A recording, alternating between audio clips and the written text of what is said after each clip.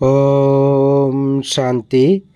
5/8/2025 காலை முரளி பாப்தாதா மதுபன். இன்றைய சாக்கார முரளிய முக்கியமான கருத்துக்களை நம்ம பார்க்கலாம். பாபா சொல்கிறாங்க, இனிமையான குழந்தைகளே, இந்த விகார உலகத்தை சிவாலயமாக மாற்றுவதற்காக பாபா வந்திருக்கின்றார். விலை மாதர்களுக்கு கூட ஈஸ்வரிய செய்தி கொடுத்து அவர்களுக்கும் நன்மை செய்வது உங்களுடைய கடமையாகும்ன்றார் பாபா. கேள்வி கேட்குறாங்க, எந்த குழந்தைகள் தங்களுக்கு மிகப்பெரிய நஷ்டத்தை ஏற்படுத்திக் கொள்கிறார்கள்? பதில் சொல்கிறாங்க பாபா, யார் ஏதாவது ஒரு காரணத்தினால் முரளியை தவற விடுகிறார்களோ அவர்கள் தங்களுக்கு மிகப்பெரிய நஷ்டத்தை ஏற்படுத்திக் கொள்கிறார்கள். நிறைய குழந்தைகள் தங்களுக்குள் கோபித்துக் கொள்கின்ற காரணத்தினால் வகுப்பிற்கே வருவதில்லை.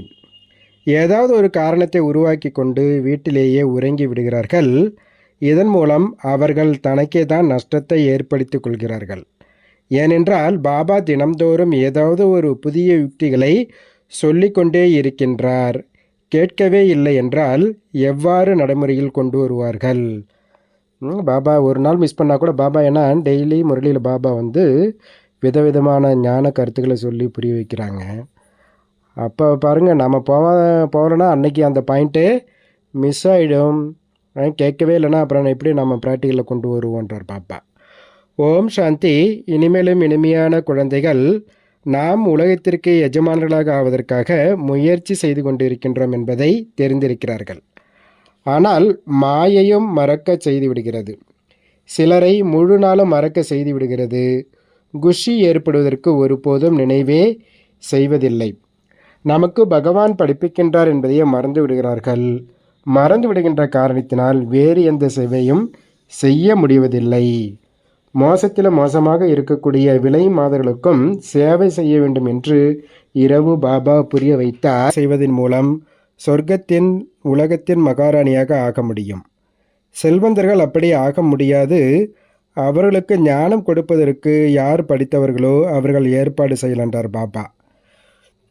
பாவம், அவங்க இந்த ஞானத்தை கேட்டால் மிகுந்த குஷி அடைவாங்க. ஏன்னா அவங்களும் அபலைகள் அப்படின்றார் பாபா. அவர்களுக்கு நீங்கள் புரிய வைக்கலாம். நிறைய யுக்திகளை பாபா புரிய வைத்து கொண்டே இருக்கின்றார். நீங்கள் தான் உயர்ந்திலும் உயர்ந்தவர்களாகவும் கீழானதிலும் கீழானவர்களாகவும் ஆகியுள்ளீர்கள் என்று சொல்லுங்கள். உங்களுடைய பெயரை வைத்துதான் பாரதம் வேஷியாலயமாக ஆகியிருக்கின்றது. நீங்கள் இந்த முயற்சி செய்வதன் மூலம் சிவாலயத்திற்கு செல்ல முடியும். நீங்கள் இப்போது பணத்திற்காக எவ்வளவு மோசமான செயலை செய்கிறீர்கள். இப்பொழுது இதை விட்டு விடுங்கள். இப்படி அவங்களுக்கு சொல்லி புரிய வைப்பதன் மூலம் அவர்கள் மிகுந்த குஷி அடைவார்கள்.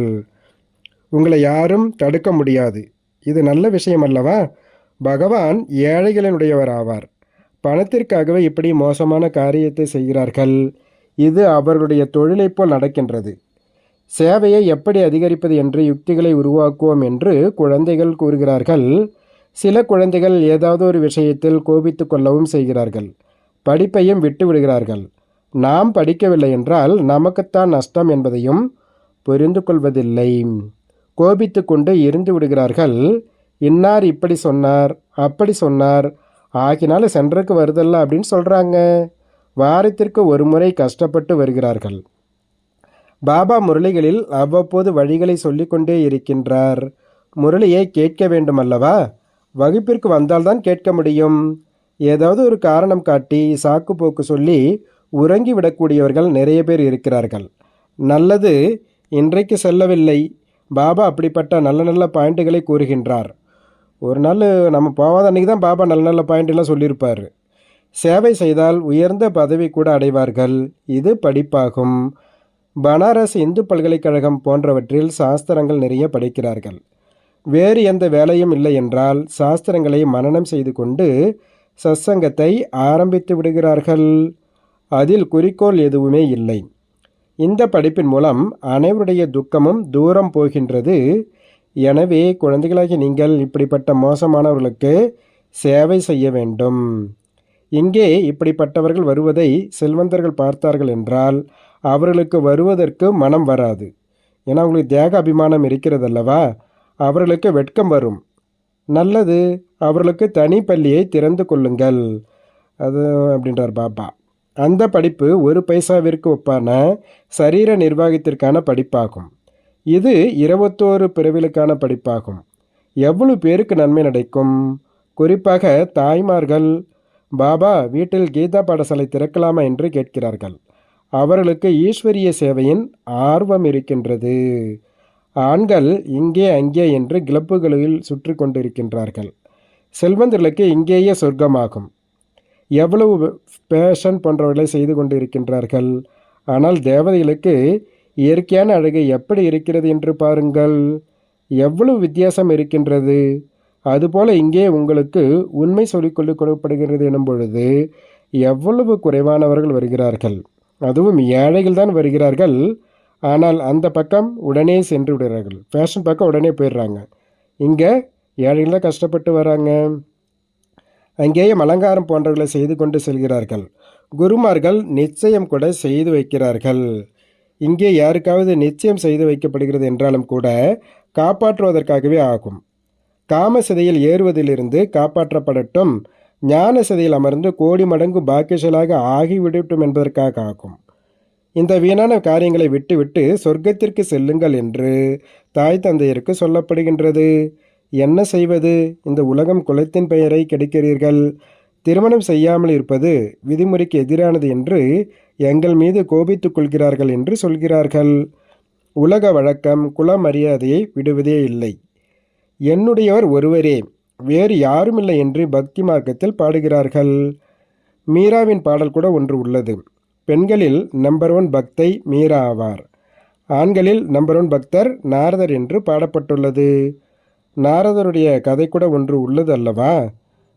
நான் லட்சுமியை மனம் புரிய முடியுமா என்று புதியவர்கள் யாராவது உங்களிடம் கேட்டால் அதற்கு தகுதியுடையவர்களாக இருக்கிறீர்களா என்று பாருங்கள் என்று சொல்லுங்கள் என்றார் பாபா. தூய்மையான சர்வ குணங்களிலும் நிறைந்தவனாக இருக்கின்றேனா செக் பண்ணுங்க அப்படின்னு சொல்லுங்க. இது விகாரம் நிறைந்த தூய்மையற்ற உலகமாகும். அதிலிருந்து நீக்கி தூய்மையாக்குவதற்காக பாபா வந்துள்ளார். தூய்மையாக ஆனீர்கள் என்றால்தான் லக்ஷ்மியை மனம் புரிய தகுதியானவர்களாக ஆக முடியும். இங்கே பாபாவிடம் வந்து சத்தியம் செய்கிறார்கள். பிறகு வீட்டிற்கு சென்று விகாரத்தில் விழுகிறார்கள். இப்படியெல்லாம் செய்திகள் வருகின்றன. இப்படிப்பட்டவர்களை எந்த பிராமணை அழைத்து வருகின்றாரோ அவர் மீது கூட இதனுடைய தாக்கம் ஏற்பட்டு விடுகிறது என்று பாபா கூறுகின்றார். இந்திர சபையின் கதை கூட இருக்கிறது அல்லவா? எனவே அழைத்து வருபவர்களுக்கு கூட தண்டனை ஏற்பட்டு விடுகிறது. அரைக்குறையானவர்களை அழைத்து வராதீர்கள் என்று பாபா எப்பொழுதும் பிராமணிகளுக்கு கூறுகின்றார். உங்களுடைய நிலையும் இறங்கிவிடும். ஏனென்றால் விதிக்கு புறம்பாக அழைத்து வருகிறீர்கள். உண்மையில் பிராமணியாக ஆவது மிகவும் சகஜமாகும். 10-15 நாட்களில் ஆகிவிட முடியும். யாருக்கும் மிகவும் சகஜமாக புரிய வைப்பதற்கான யுக்தியை பாபா கூறுகின்றார். பாரதவாசிகளாக நீங்கள் ஆதிசநாதன தேவி தேவதா தர்மத்தவர்களாக இருந்தீர்கள். சொர்க்கவாசிகளாக இருந்தீர்கள். இப்பொழுது நரகவாசிகளாக இருக்கின்றீர்கள். மீண்டும் சொர்க்கவாசிகளாக ஆக வேண்டும் என்றால் இந்த விகாரத்தை விட்டுவிடுங்கள். பாபாவை மட்டும் நினைவு செய்தீர்கள் என்றால் விகர்மங்கள் விநாசமாகிவிடும். எவ்வளவு சகஜமானதாக இருக்கின்றது. ஆனால் சிலர் முற்றிலும் புரிந்து கொள்வதே இல்லை. தாங்களே புரிந்து கொள்ளவில்லை என்றால் மற்றவர்களுக்கு என்ன புரிய வைப்பார்கள்? வானப்பிரஸ்த நிலையிலும் கூட பற்றின் ஈர்ப்பு இருந்து விடுகிறது. இன்றைக்கு வானப்பிரஸ்த நிலைக்கு அவ்வளவாக செல்வதே இல்லை. தமோ பிரதானமாக இருக்கிறது அல்லவா? முன்னாடி அந்த பழக்கம் இருந்தது. இப்போ ரொம்ப தமோ பிரதானமாட்டதுனால அந்த பழக்கம் கூட வயசானவங்க கூட கிடையாது. இங்கேயே மாட்டிக்கொண்டு இருக்கிறாங்க அப்படின்றார் பாபா. முன்பு பெரிய பெரிய வானப்பிரஸ்தர்களின் ஆசிரமம் இருந்தது. இன்றைக்கு அவ்வளவாக இல்லை. 80-90 வயதாகி விடுகிறது என்னும் பொழுது கூட வீட்டை விடுவதே இல்லை. சப்தங்களை கடந்து செல்ல வேண்டும். ஈஸ்வரனை நினைவு செய்ய வேண்டும் என்பதை புரிந்து கொள்வதே இல்லை. பகவான் யார்? இவை அனைத்தும் தெரிந்திருக்கவில்லை. சர்வவியாபி என்று சொல்லிவிட்டால் யாரை நினைவு செய்வது? நாம் பூஜாரிகள் என்பதையும் புரிந்து கொள்வதில்லை. பாபா உங்களை பூஜாரிலிருந்து பூஜிக்கத்தக்கவர்களாக மாற்றுகின்றார். அதுவும் 21 பிரிவுகளுக்கு ஆகும். அதற்காக முயற்சியும் செய்ய வேண்டியிருக்கும். பாபா சொல்கிறாங்க, இந்த பழைய உலகம் முடியப் போகிறது என்பதை பாபா புரிய வைத்திருக்கின்றார். இப்பொழுது நாம் வீட்டிற்கு செல்ல வேண்டும் என்ற ஈடுபாடே இருக்க வேண்டும். அங்கே குற்றமான விஷயங்கள் இருப்பதே இல்லை. பாபா வந்து அந்த தூய்மையான உலகத்திற்கான ஏற்பாடுகளை செய்ய வைக்கின்றார். சேவாதாரி செல்ல குழந்தைகளை கண்களில் அமர்த்தி அழைத்து செல்கின்றார். எனவே மோசமானவர்களை கடைத்தேற்றுவதற்கு தைரியம் வேண்டும். அந்த அரசாங்கத்தில் பெரிய பெரிய குழு இருக்கின்றது. படித்தவர்கள் டிப்டாப்பாக செல்கிறார்கள். இங்கே நிறைய பேர் ஏழைகள், சாதாரணமானவர்கள். பாபா அமர்ந்து அவர்களை அந்த அளவிற்கு உயர்த்துகின்றார். நடத்தையும் மிக ராயலாக இருக்க வேண்டும். பகவான் படிப்பிக்கின்றார். அந்த படிப்பில் யாராவது பெரிய தேர்வில் தேர்ச்சி பெற்று விடுகின்றார் என்றால் எவ்வளவு டிப்டாப்பாக ஆகிவிடுகிறார்கள். இங்கே பாபா ஏழை பங்காளனாக இருக்கின்றார். ஏழைகள் தான் ஏதாவது அனுப்பி வைக்கிறார்கள்.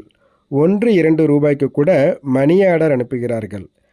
நீங்கள் மகான் பாக்கியசாலிகள் என்று பாபா கூறுகின்றார். அதற்கு பதிலாக நிறைய கிடைத்து விடுகின்றது. இது கூட ஒன்றும் புதிய விஷயம் கிடையாது. சாட்சியாக இருந்து நாடகத்தை பார்க்கின்றார். குழந்தைகளே, நல்ல விதத்தில் படியுங்கள்.